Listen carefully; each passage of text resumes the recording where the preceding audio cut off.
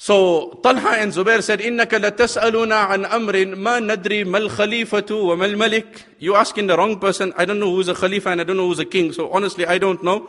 And I don't want to be brave to say what is the difference between the two. Salman radiallahu anhu said, I know it, and I have stayed with Nabi alayhi salam often. By Allah, I can vouch and I can swear, you are a Khalifa, and you promptly tread in the footsteps of Nabi alayhi salatu wasalam. He said, Salman, are you honestly saying this?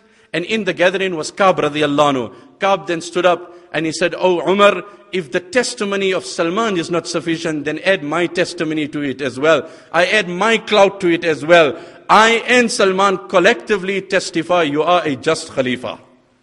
Having this testimony on his side. Now let me run you through some of the examples of the justice of Umar radiallahu anhu. There is a narration that there was a woman her husband had left her and he was gone out. And some people were visiting there in the absence of her husband. Umar radiallahu anhu obviously objected about this. Imra'atin mughayyiba kana yudkhal alayha fa ankara dhalik. Umar radiallahu anhu said, the husband is not there, how can you go? It's not correct, it's not permissible, it's not lawful. And he sent a message, he said, tell that woman she needs to come here, I want to find out and I want to probe this, what is happening. So people came to her and said, Ajibi Umar. Umar is calling you, sister, you will have to respond. She was pregnant also, and she was in the latter stages of her pregnancy. She got hysterical, she got, the phobia kicked in, she got panicked. She said that, how can I face Umar? People encouraged her that, listen, Umar will not be harsh to you. Umar wants to understand the case and the merits, and he wants to resolve the issue. So anyway, she musters the courage and she starts walking. And while walking, the fear of Umar and the fear of facing Umar, being summoned in Umar, again haunts her. فَدَخَلَتْ دَارًا. She enters our house. وَأَلْقَتْ وَلَدَهَا. And the baby, nowadays we hear, not only you got stress, they say the baby is in stress. They tell you, prenatal depression, postnatal depression, the baby is gone into stress. Ya Allah.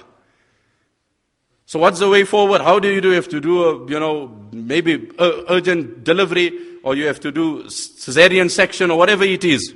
Anyway, the woman went into stress, and she premature delivered her child. فَصَاحَ الصَّبِيُّ سَيْحَتَيْن. The child called out once or twice.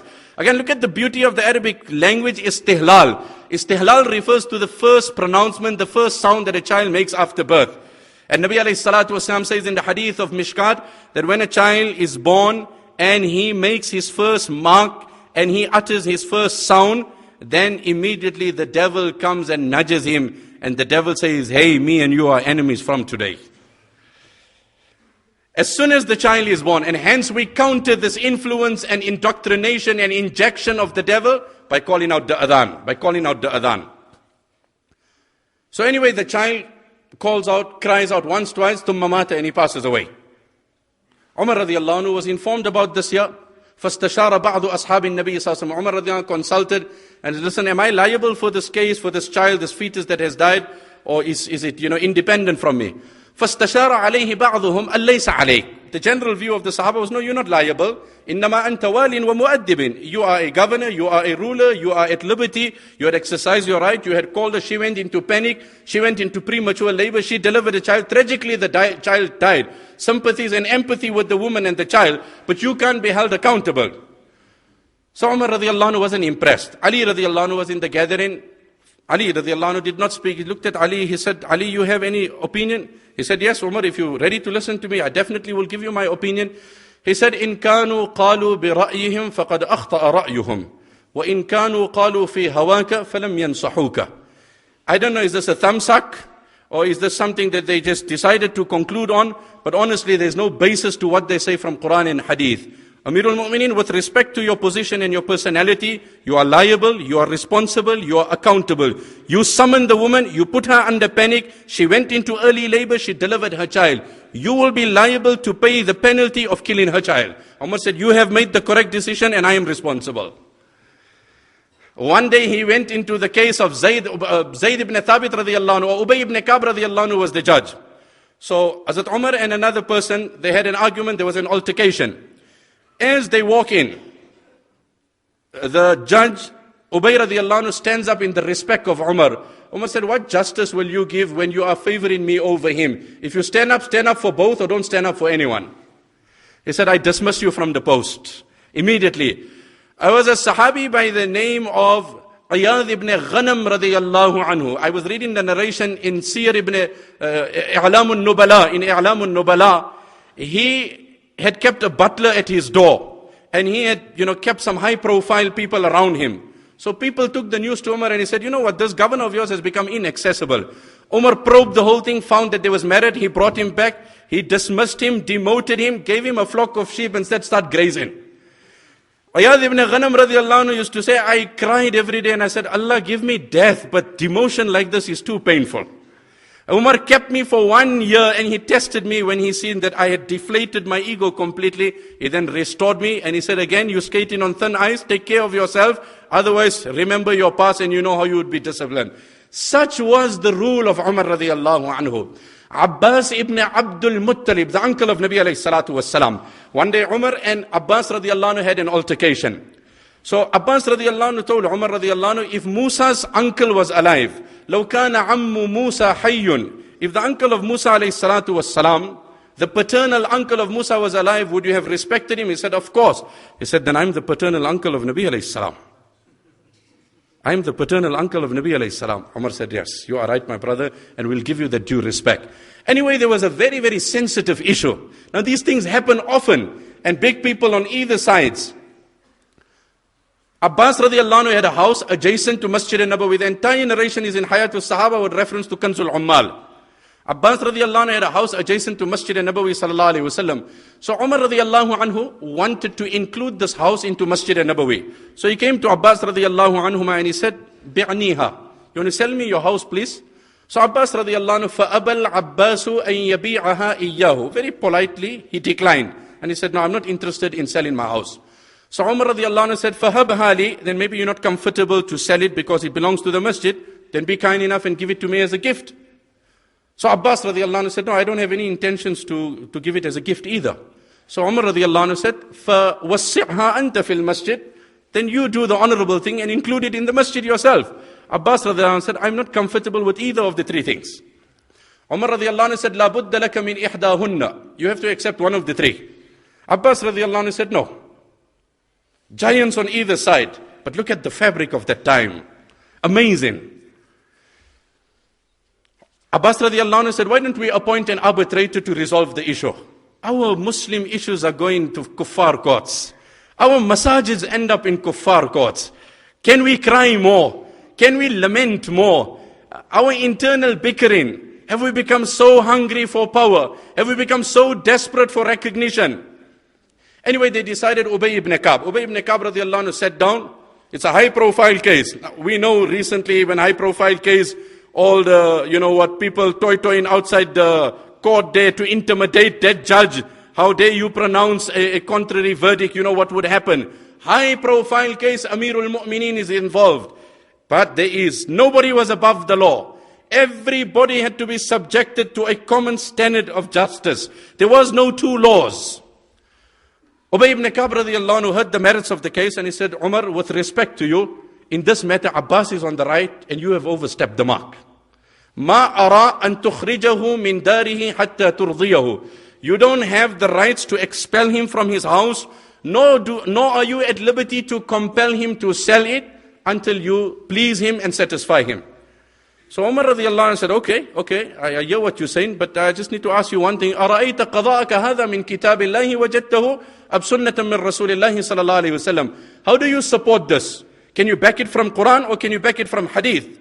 So Ubay radiallahu anhu said, I can back it from the prophetic teachings of Nabi alayhi salam. Umar said, please go for it so that it can put my anxiety to rest and my emotions to bed. He said, you know what's the reality of the matter? Nabi alayhi salatu wasalam one day told us that Allah sent wahi. Now this would interest many of our businessmen. Sometimes you say, I moved in a house, luck is not my side. We don't believe in bad omens. But you know what, things are one issue to the other. We moved in here, we had a robbery, there's no barakah, things are not going good. You know what, we need to rewind. We need to find out if all our steps, our ducks are in a row, if everything is in order. Allah sent wahi to Sulaiman alayhi salatu wasalam to construct Masjid al-Aqsa. Read the narration. أوحى الله إلى سليمان أن يبني البيت المقدس جعل كل ما بنى حائطا أصبح منهدما. Every time Sulaiman alayhi salam erected a wall, it collapsed. Every time he erected a wall, it collapsed. So Sulaiman alayhi salam said, Allah, I'm building, this thing is breaking. متى يبلغ البنيان يوما تمامه إذا كنت تبنيه وغيرك يهدم. The Arabic poet says, when will a building reach its completion or fruition? When you construct and others demolish. So Allah said, oh Sulaiman, did you take correct permission from the man to whom this land belongs? Did you pay him properly his due? Go back to the man and see if you've adequately satisfied him. Your walls won't fall. My brother, how did you acquire this? What's the history of this shop? What happened? How many hands did it change? Was everything above board? You think you can press buttons and pull buttons here and do this and do that? But remember, it comes back to you. It haunts you. What would happen in the qabr is separate. So Sulaiman alayhi salatu wasalam went to the person to whom the land belonged, said, how much do you want? He said, an X amount. He gave him the money. When Sulaiman alayhi salatu wasalam gave him the money, he said, one question I have. الَّذِي أَعْتَيْتَنِي خَيْرٌ أَمِ الَّذِي أَخَذْتَ مِنِّي. The money you're giving me is better or the land you're taking? Sulaiman alayhi salam said, without doubt, the land that I'm taking is more prime land, is more valuable. The money in relation is definitely not of proportion to the value of the land. He said, okay, wait. Then I abrogate the deal and I cancel the transaction. I'm not comfortable. I will hold my land, you keep your money. So Sulaiman alayhi salam said, okay, let's up it. He said, okay, that's fine. And he put it up. He's about to give him the money. He said again, I don't know, ask the same question. The money you're giving me is better or the land? So the procedure went twice, thrice. Sulaiman alayhi salam said, can we settle on a figure and then we don't have this futile exercise of going back and forward? He said, fine. You ready? He said, okay. I want 12,000 qintar of gold. Now that was an arm and couple of legs. It was an exorbitant amount. فَتَعَاظَمَ ذَلِكَ عَلَى Sulaiman. Sulaiman found this to be very, very expensive. Allah sent wahi to Sulaiman, إِن كُنْتَ تُعْتِيهِ مِنْ شَيْءٍ هُوَ لَكْ فَأَنْتَ أَعْلَمُ. The narration is in Hayatul Sahaba. Sulaiman, if you're giving him the money from your own, it's your own wealth, your own income, then do what makes you happy. But if it is my sustenance, then remember that land belongs to him. Let the man live happy and there will be barakat in your building. Let the man live happy. I often say to my wife, a man living hand to mouth, having a meager income, is coming to trim your lawn and prune your trees. Are you going to squeeze him for the 10 rand? Give him an added 20 rand, let him leave with a smile. That smile will protect your child from an accident when he's coming from work. That child, that smile, that happiness, it doesn't have to say it on the tongue. Thank you, boss. Thank you, whatever he wants to call your wife. That happiness, that excitement. Let the man leave with a happy heart. For Allah's sake, be the means of bringing happiness to people. Tomorrow is our janazah, my brother. The time has come. If you can't make people happy, don't make anyone sad. Don't be the means of incurring the harm and the hurt of people. Sulaiman alayhi salam then gave him what he wanted and he was satisfied.